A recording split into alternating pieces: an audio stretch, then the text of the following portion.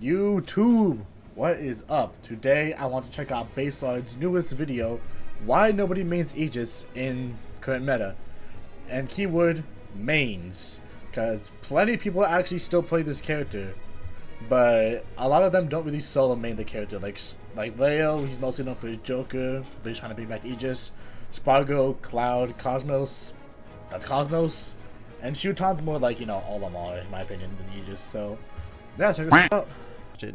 If Aegis is such an amazing character, why isn't anyone solo maining them right now? In the top 100, we only have 2 Aegis mains currently. Just 2. Fire and Cosmos. And they're both not really ranked that high up. Not because they're bad players. They are very good players. But I've seen Cosmos and Fire die so many times to some of the most stupid stuff.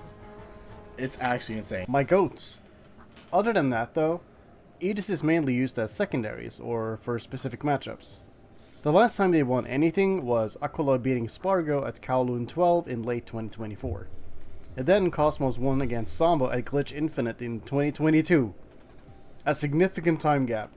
So while there's been plenty of people playing them, Aegis hasn't been raking in the results. Cosmos also won Shine 2022, 2023, I'm pretty sure, against like TV Tweak, Light, and Zomba. And 2 of those sets were versus Rios. And he won through Winner's Side Grand Finals. You just don't do that against 3 like top 10 players. In the current meta, Aegis doesn't seem to be solo viable, so let's find out why that is. I should make it clear that I'm not saying nobody plays Aegis. Yeah, there's plenty of representation for Pyra and Mithra all over the world. Mid-level. All of them at various skill levels and results. Aegis isn't underplayed or anything.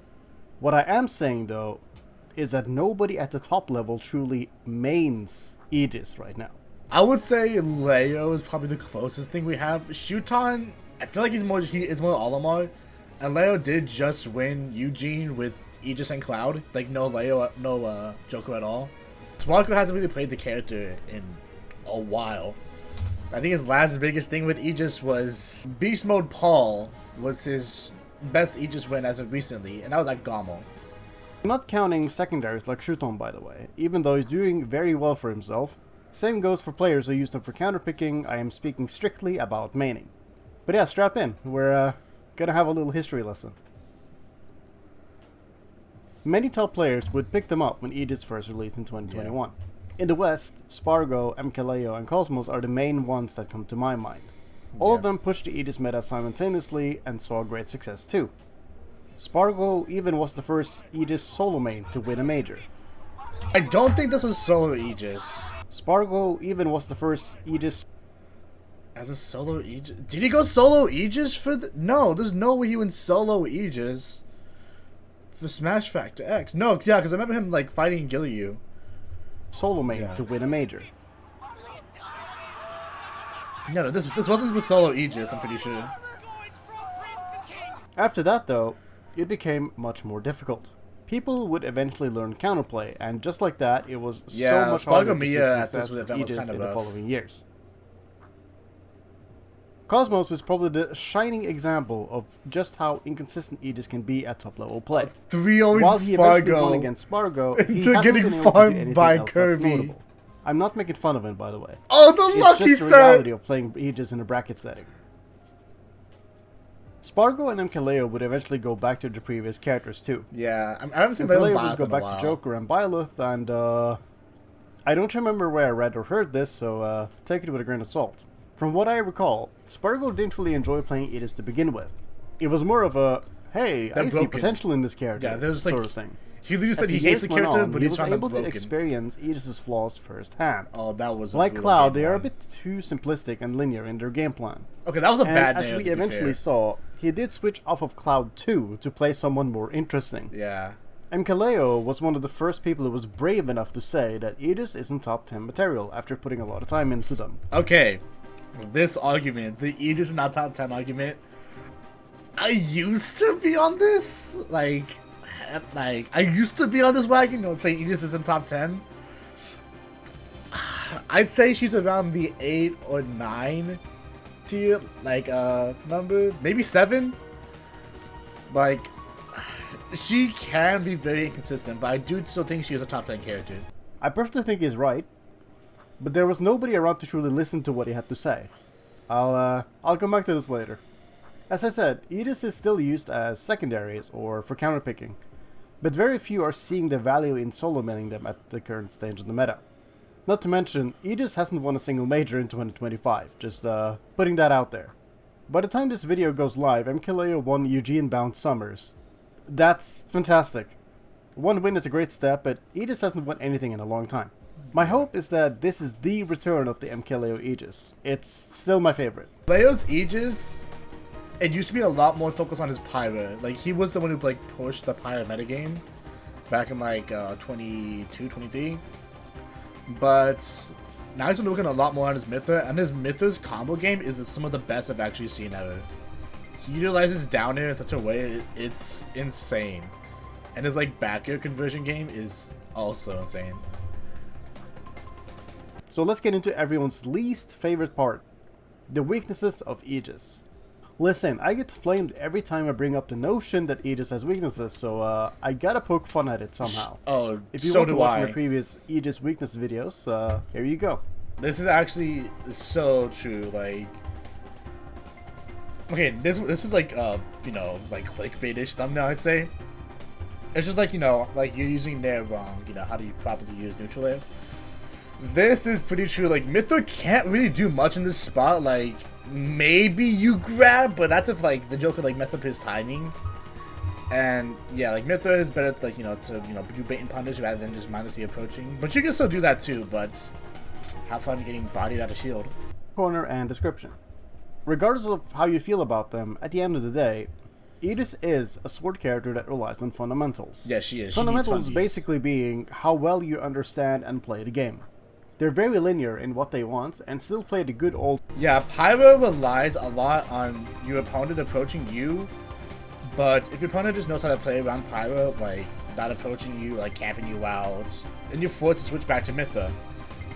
There's like, you know, medium disjoints, fast ground speed, moderately faster and less power but more edge guarding trolls, mainly wants you to approach. Yeah, like she also wants you to approach because she can, you know, whiff punish you very easily with like forward tilt, with dash attack, you know, stuff like that. But then, you know, you get your opponent into these spots with Pyra, you know, that you want to play her in, and then they just do like so well playing around that spot that you're forced to switch back to Mythra, and then you struggle getting the kill.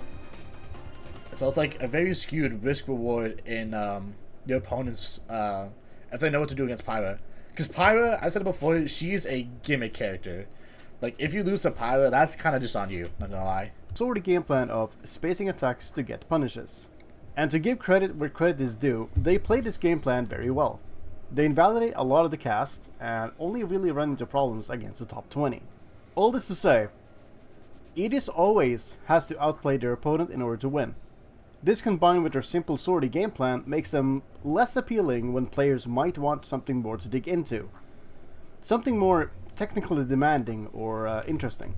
Aegis can't skip game states like other top tiers do, as they have no way... Yeah, yeah, they have a very simple game plan.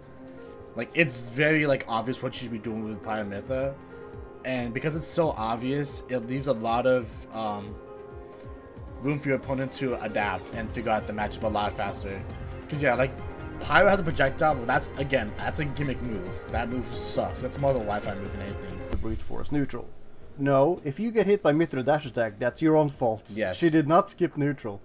Top tiers like Steve, Snake, and Min, for example, can force you to come to them due to mining, grenades and arms. Yeah. Really strong tools that are difficult to deal with for many characters. Literally both. Aegis doesn't have anything fun like that to force approaches. No tricks, no gimmicks. They have to play the game just like everyone else. They're a lot more honest than this most first set was kind of brutal. Granted, Aegis has some character-specific stuff, but it's nowhere near game-breaking. Foresight being tied to defensive options already makes it a lot less useful than you'd want. Rolls, spot dodges, and air dodges, like anything else, can be baited and punished. There's the fun caveat of Foresight being an out-of-shield option at least. Also, he didn't mention this, but because of Foresight, Mythra isn't intangible on a lot of his stuff until like frame 6 or 7. because of Foresight. Foresight is active on frame 2 through 6, I'm pretty sure. So that leaves a lot of room for your opponent to just grab. So Mithra in particular is really easy to grab. Here to list Aegis being a sortie that relies on fundies as bad, but you have to understand, when a lot of the other top tiers don't even play the game anymore, Aegis starts to look kind of lacking in comparison. Yeah, like, look at that. Like, Aegis, I'd say, like, goes even with Steve, goes even with Sonic, loses to Snake. I'd say just barely beats Game & Watch, or, like, +1 maybe. Rob, I feel like Aegis does win, but it also can be even. Kazuya, I think that's even. Diddy, that monkey. Min, that matchup. Fox, I'd say it's even, or Aegis wins, but it's not bad. Then Peach, I think it's even, or if she wins. Just as an aside, I wanted to mention that because Aegis is a fundies character, anyone with good fundamentals can do well with them without putting in time has and insane effort. fundies. However, that also means they won't learn the fun intricacies of Aegis that you discover over time with dedication. Yeah. They're playing the game more than they're playing the character, is what I'm saying. And that's the kind of thing that sets Aegis players apart from one another, and really pushes them right up further. It sounds weird, but I promise there's a difference between having a character as a secondary versus having them as a main. Oh my god, I understood. That was so clean! As for more tangible weaknesses, recovery always come to mind. Oh god, I'm not going to spend a lot of time on this one as I feel like I'm beating a dead horse. This is the biggest Aegis recovery is pretty bad. Not prom level bad, but it's close. It mainly stems from Aegis not having a lot of mix-ups off stage. Using their double jump and recovering high is an option. However, if they're further off stage with no jump, they're forced to recover low. You had no options there. It stems from Aegis not having a lot of mix-ups off stage. Okay, so that using their that's his double jump. His double jump is gone right here. Double jump and recovering high. He switches to Mithra to get the airspeed. Is an option. It switches back to Pyro to try to avoid the fair, but just barely misses the timing. However, and then he dies for it. He has nothing here. He has to air dodge in. And Sonic knows this. If they're further off stage with no jump, they're forced to recover low, spend a directional air dodge, or use... Oh my god, this clip. And we all know how screwed you are if you have to resort to using Photon Edge. No! Bro, this broke my soul. Is swapping, which is like an air dodge, except you have half the iframes. They only get iframes when swapping. As soon as they reappear, you can hit them. And yeah, it can be used more than once, but like Foresight, it can be baited and punished. As I'm sure you understand, this becomes a huge issue when you're playing against characters that can get you offstage very easily. Sometimes it's so bad that getting a stray hit in neutral can often spell death. Due to the lack of offstage tools, when you get sent offstage as Aegis, there's a 50-50 chance you just die. You guess wrong and that's it. Players guess wrong and that's it. Players who are aware of this weakness will make a full game plan getting you offstage. Just waiting for the opportunity to send you out there and gimp you. Rinse and repeat. This is what people mean when they say you have to play perfect as Aegis. Because if you don't, every little mistake can send you off stage and potentially to your death. This puts a lot of... okay, so... Every when they say you have to play perfect as Aegis. Yeah, he messed up... This okay, so down is what smash people got mean punished. when they say you have to play and you perfect died. You died from whiffing down smash at 52. Center stage.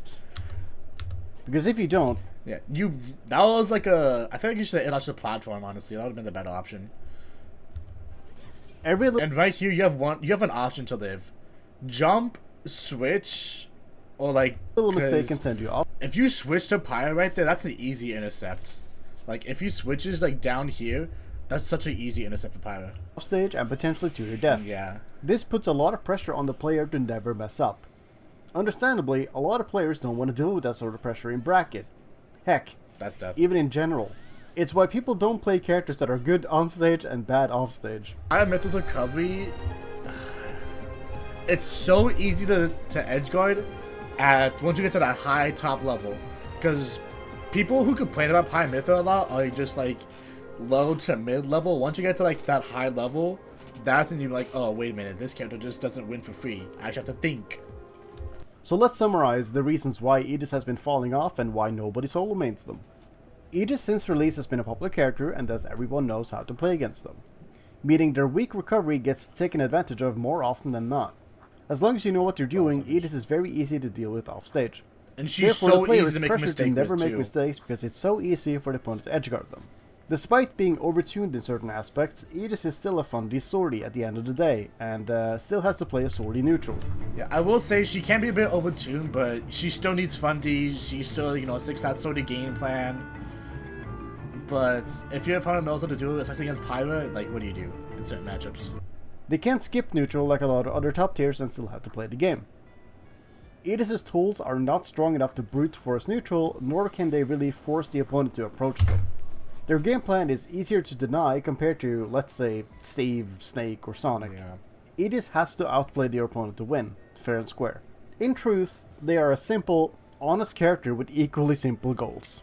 And for players like Spargo, that was too boring to work with long term, hence the switch off. A lot of people picked up Aegis because they're top tier, but there was no passion behind the choice. And without that passion, it's very difficult to keep playing them. Lastly, for me, I played Lucina before Aegis, and I was like, oh, yo, she's just so... Mytha, in particular, was so fun. She just was so fast, and I felt like I could just mash, like, when I first started playing them. But then as time went on, and people, you know, got better at the matchup, you know, and that's how to actually, you know, play the character. And I actually really liked learning how to play the characters. It felt very eye-opening for me. I felt like I had to, you know, relearn the game all over again. When other top tiers can get better results Wi-Fi with less effort and stronger tools, why would you play Aegis? So yeah, there you have it. Why nobody mains Aegis. Don't get me wrong though, Aegis is still a super solid top tier character. Both Pyra and Mythra are two of the best bait and punishers in the game, having some of the most insane reward for correct play. Oh yeah, Mythra especially is able to punish their opponent from anywhere on stage due to her speed, much like Sonic does. Their neutral and advantage states can feel suffocating when Aegis isn't making any mistakes. Their highs are extremely high, but their lows can be abysmal. Did he low profile that? Making any mistakes. Their neutral and advantage states can feel suffocating when Aegis isn't making any mistakes. So he fares at a the fair. Lamau. The thing is, it only happened because he immediately pressed up tilt. Because if you don't know, doing up tilt after like a pancake aerial, like a low profile aerial that Pyro does, it extends the hitbox shift. Highs are extremely high, but their lows can be abysmal sometimes too. So yeah, they can be mained, and they are still viable. Just be warned that it's gonna be more effort than you're probably expecting. With everything that's been discussed, as previously mentioned, I don't think Aegis belongs in the top 10. Currently, I believe they reside somewhere in the top 15. Like, okay, like, look at this. Like, 1, 2, 3, 4, 5, 6, 7, 8, 9, 10. Okay, I will say, though, Roy... No, get Roy out of there. I don't know about Diddy. Diddy's a matchup check character sometimes, but he's also a bit choose to lose, not gonna lie. And get Yoshi, get out of there. That's literally just because Yoshi Dora. But no, I literally think every other character on here, besides maybe Diddy, besides maybe Roy, maybe Kazuya, maybe Diddy, are better than Aegis. But even so, like, look, 1, 2, 3, 4, 5, 6, 7, 8, 9, 10. Like, look at that. Like, especially in this current meta with Min Min, like, Dora Mickey, like, you know, showing the world, hey, Min Min can do this. Like, it's just brutal. And I still think Pikachu's, like, top 10. That character is stupid broken. Being top 15 instead of top 10 isn't even that big of a jump. It means they're still top tier. They just have more flaws than other top tiers. Other characters in the top 10 have better tools, are able to skip neutral, or simply don't play Smash Bros anymore. And in the current meta, that's more valuable than being an overtuned sword character. I don't think the community is going to echo my thoughts anytime soon though. At best, I can see Aegis be top 7 or top 8 and next time an official tier list rolls around. I'd say 8 or With all that said and done, thanks for watching. Let me know what you think in the comments, and please be civil. Alright, so that was actually pretty good to watch. I actually really like that. So shout out to Baselard. Yeah, I actually learned a lot of my Pyro stuff because he had such good guides. Pyro Kill confirms, you know, how to use Blazing End, Slingshot, how to use Mytho Down It, which is like one of the most underrated moves in the toolkit in my opinion. How to use Pyros, like, you know, how to make Pyro a bit faster. Footstool Dare, which it's a thing, yeah, but I don't know. How to improve bad habits, everything. Yeah, with that, thank you very much for watching. I'll put Baselard's channel link in the description. So yeah, thank you so much for watching, and I will see you guys next time. Goodbye.